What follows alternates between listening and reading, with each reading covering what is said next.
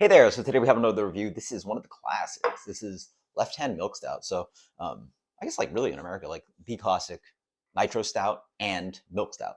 So this is both. And this beer comes in at, so obviously 6%. And I actually have the Spiegelau Stout glass. And actually I believe on the like Spiegelau box, like this beer specifically. uh, or like Spiegelau worked with Left Hand to make this specific glass. So it's actually pretty appropriate to have the glass and the beer. Obviously pour it hard because it is almost or mostly nitrogen here versus CO2. Nitrogen is much softer gas and is going to make a beautiful kind of cascading kind of a Guinness kind of.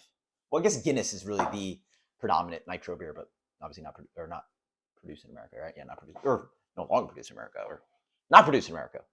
Anyway, either way, the Maryland facility of Guinness recently closed. So I mean, that's a good looking beer.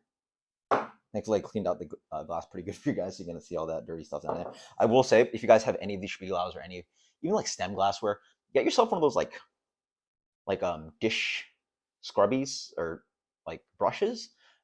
Just with the sponge, you just can't get in there. I mean, like you're just gonna break the glass trying to get your hand in there, like and you cut yourself. Like there's just nothing you can do other than getting like one of those long scrubby thingies. Obviously, if you have kids, you can have those thingies for glass bottles and or just baby bottles and whatever. But anyway, I think this beer.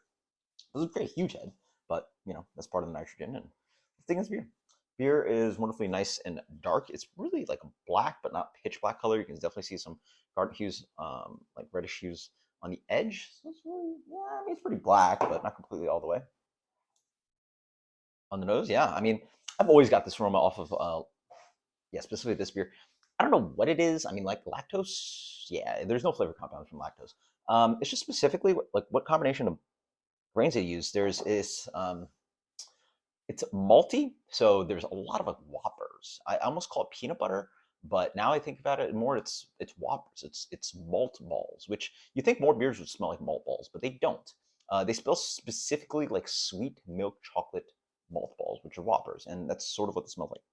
It's quite nutty, so I also get this kind of like what's a good taste of a little bit of peanut butter, but also what is that called? Stuff called the Heaven House PB2. It's the peanut butter powder. So people use it for workout protein shakes and whatever. There's a little bit of this kind of like not a milk chocolate character. I mean, you think it would smell milky, but like obviously again, lactose doesn't offer flavor compounds. It's really a or aromatic compounds. It really is more for like body and I guess sweetness. But yeah, you think it'd be like more rich and roasty, but really very milk chocolatey and whopperish. Cheers. Mm. Very silky. I mean, what would you expect from a nitro beer?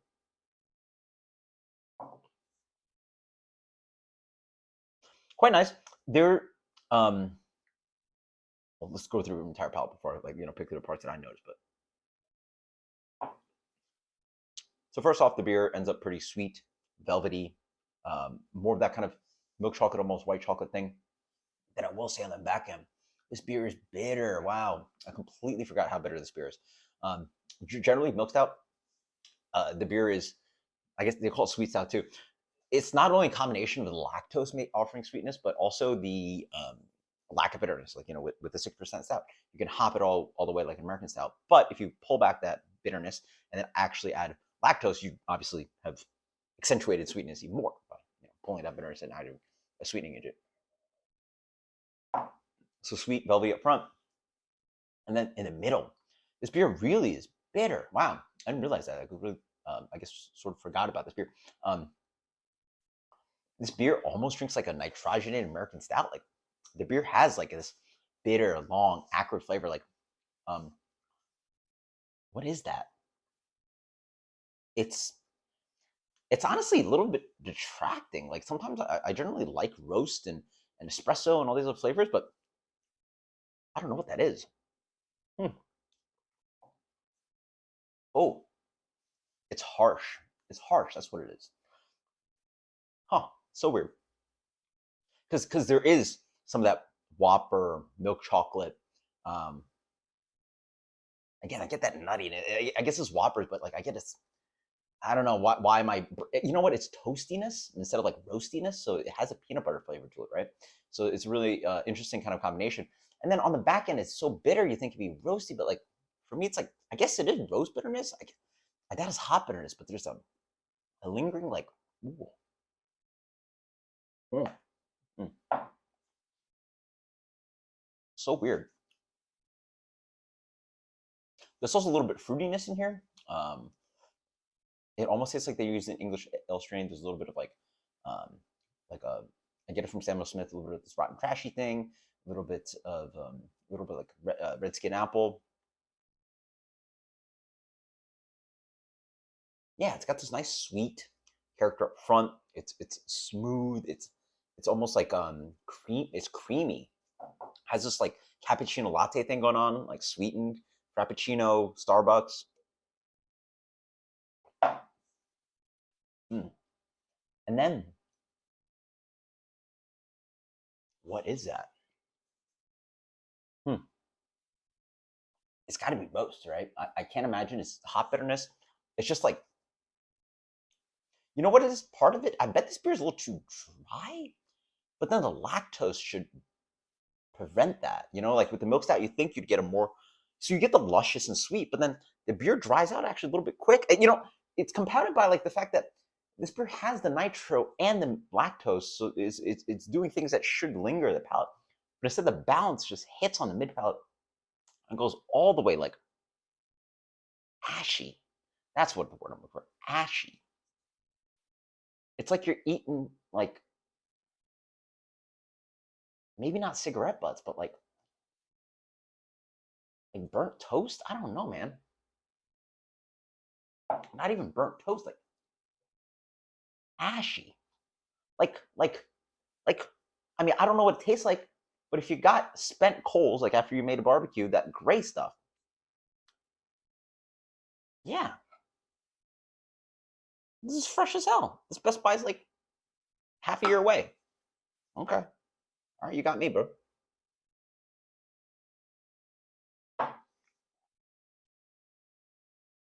I mean, as I wait more, I tend to like it more. Like the first initial hit's quite off-putting, but as you wait more, the yin and yang is there. I guess that's what they're looking for. You know, that sweet, luscious thing up front. Again, and we're not talking pastry stout, right? We're talking about like a classic American beer, like you know things that beers. You know, now I'm talking like old money guy. When beers taste like beer, you can have something like this, where you know funky flavors and intensity can vary. But we're not talking about something that's like sickeningly sweet, or you know, I'm calling Whoppers, but it doesn't taste obviously like there's cereal or caramel or milk chocolate, right? There's lactose in here. That's as far as they went. They went lactose, right? They didn't, and nitro. They didn't go like you know peanut butter malt balls and this and that. I don't know, man. That now I want to call it stringency. It's not even a flavor comp. Yeah, it's stringency. The beers just go, and it's so weird because you get the nitro and the sweet lactose in here to really help ideally benefit the palate, but the astringency is so weird. I don't know why it's so stringent. Yeah, I don't know. I mean, again, it's a little bit ashy, a little bit a little bit ashy at first, but astringency is what I get. So strange, astringent. What is astringent? Astringent. Jeez, now my sister on brain is like turning off. Astringent. It's sensation, right? Sensation. It's the the dryness, right? The dryness. Excuse me. Astringency. There's also this really fun kind of like red grape character in here as well. Dark grapes, Concord grapes. This kind of like I think there's the malts are adding some complexity. There's a fun complexity to this beer. I mean, it's crushable, but what is that?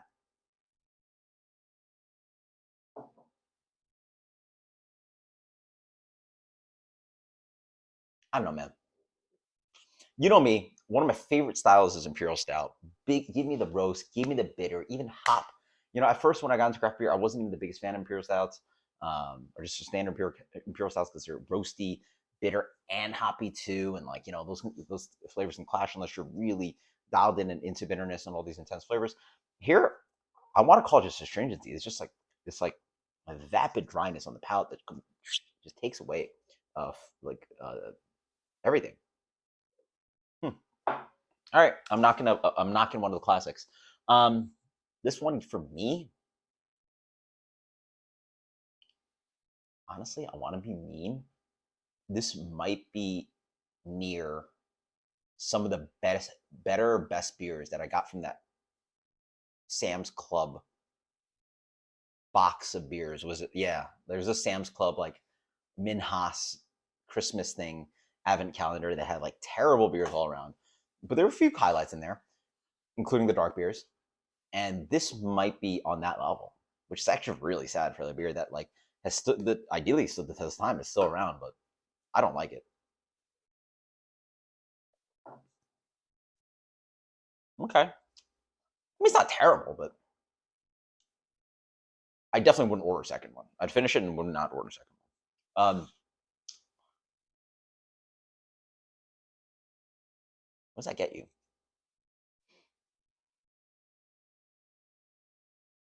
Hard. It's hard because like full blind, I would like not.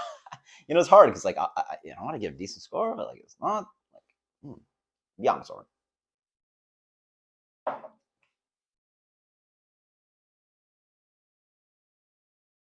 Honestly, I'm not feeling it. 79. Nitro Milk Stout, left hand. Post in the comments below. Am I just blasphemous for being old money beer guy, but like completely hating this? Or not, that's pretty bad rating, right? 79. All right. Until next time, cheers.